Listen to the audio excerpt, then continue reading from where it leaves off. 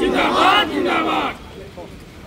अच्छा जिंदाबाद जिंदाबाद जिंदाबाद अच्छा जिंदाबाद जिंदाबाद जिंदाबाद অবৈধভাবে বালি খনন বন্ধ করো বন্ধ করো বন্ধ করো বালি খনন বন্ধ করো বন্ধ করো রাজনৈতিক ছাত্র সংস্থা জিন্দাবাদ जिंदाबाद जिंदाबाद অবৈধভাবে বালি খনন বন্ধ করো বন্ধ করো বন্ধ করো অবৈধভাবে বালি খনন বন্ধ করো বন্ধ করো বন্ধ করো এই জুই জ্বলিছে ধরিলে আছে ধনুক ধরা নাই ধরিলে রক্ষা নাই আছে ধনুক ধরা নাই ধরিলে রক্ষা নাই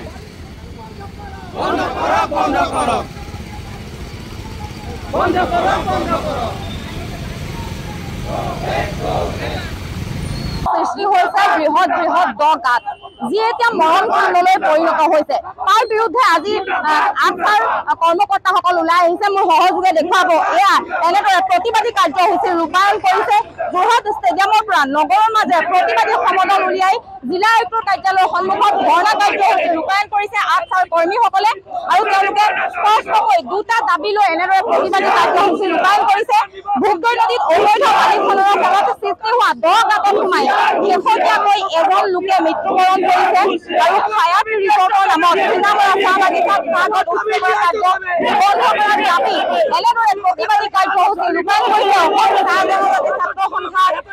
চমুকৈ আস্থাৰ কৰ্মকৰ্তাসকলে আৰু এয়া যোৰহাট জিলা আয়ুক্তৰ কাৰ্যালয়ৰ সন্মুখৰ পৰিৱেশ এনেদৰে ধৰ্ণা কাৰ্যসূচী ৰূপায়ণ কৰা পৰিলক্ষিত হৈছে মই কিছু কথা পাতিবলৈ চেষ্টা কৰিম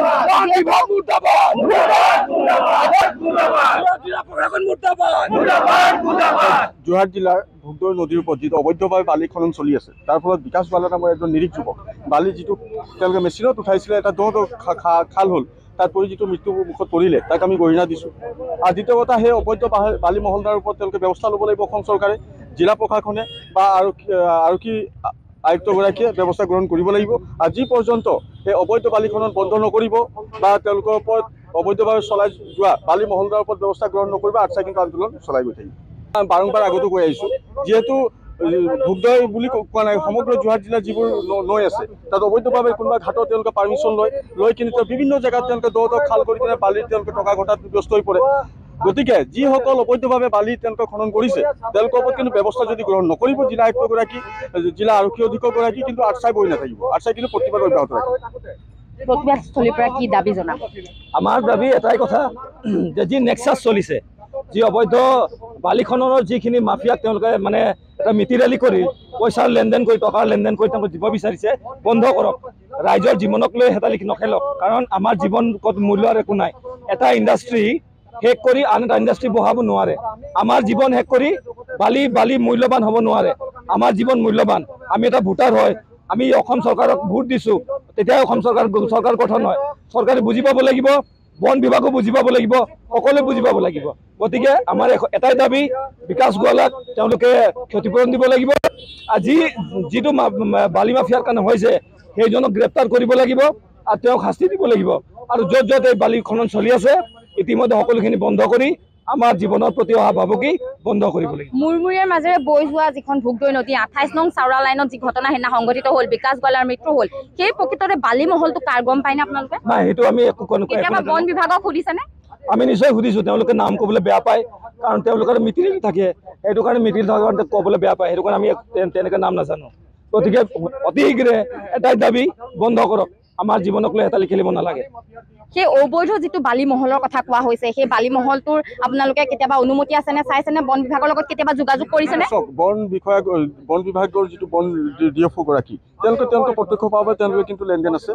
আমি যিটো আমি ধাৰণা কৰিছোঁ মানে তেওঁলোকক বাৰম্বাৰ আমি ছাত্ৰ সন্থাই মানে বন বিষয়াগৰাকীক আমি আবেদন কৰিছিলোঁ আৰু দাবী তুলিছিলোঁ যে সেইবোৰ এনকুৱাৰী কৰিব লাগে বন্ধ কৰিব লাগে পূৰ্বতে এবাৰ বন্ধ কৰিছিলে আমাৰ দাবী কিন্তু পৰিৱৰ্তন আকৌ খুলি দিলে আৰু আমি এইটো বুজিম যে তেওঁলোকৰ গোপন কিবা বুজাবুজি আছে বন বিষয়াগৰাকীৰ লগত হয় এয়া আচ্ছাৰ কৰ্মকৰ্তাসকল আৰু এটা কথা স্পষ্টকৈ উল্লেখ কৰিছে যে বন বিষয়াগৰাকীক যোৰহাটৰ যিগৰাকী ডিএফঅ তেওঁলোকে পূৰ্বতেও অভিযোগ দিছিল যে অবৈধভাৱে ভোগদৈত বালি খন্দা হৈছে যাৰ ফলত ভোগদৈ বুকুত এতিয়া বৃহৎ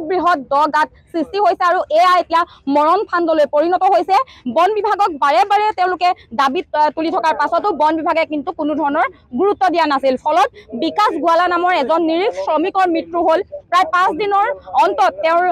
মৃতদেহ উদ্ধাৰ কৰা হ'ল ভোগদৈ নদীৰ বুকুৰ পৰা আৰু এই ক্ষেত্ৰত যদি বন বিভাগে ব্যৱস্থা গ্ৰহণ নকৰে আজচাই প্ৰতিবাদী কাৰ্যসূচী ধাৰাবাহিকভাৱে চলাই যাব বুলি উল্লেখ কৰিছে